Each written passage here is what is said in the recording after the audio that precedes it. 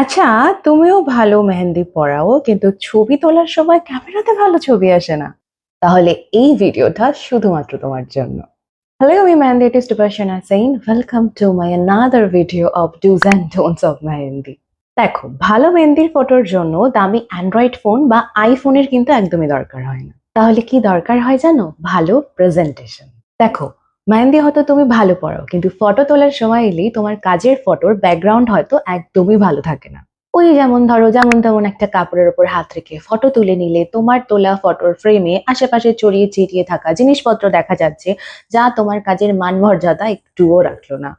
তাহলে শুনে নাও কি করবে। নাম্বার ওয়ান, যখন তুমি ফটো তুলবে মেহেন্দি করা হাতটা যে কোনো একটা ডার্ক শেডের কাপড়ের উপরে রেখে সুন্দরভাবে 90 ডিগ্রি অ্যাঙ্গেল করে ফটো নেবে। খেয়াল রাখবে তোমার তোলা ফটোর ফ্রেমের মধ্যে যেন আশেপাশে এক্সট্রা কোনো জিনিস না আসে।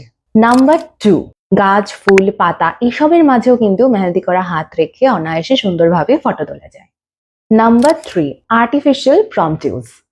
তুমি চাইলে তোমার মেহেন্দি করা হাতের পাশে নানা ধরনের জিনিস সাজিয়ে রেখে কিন্তু ছবি তুলতে পারো।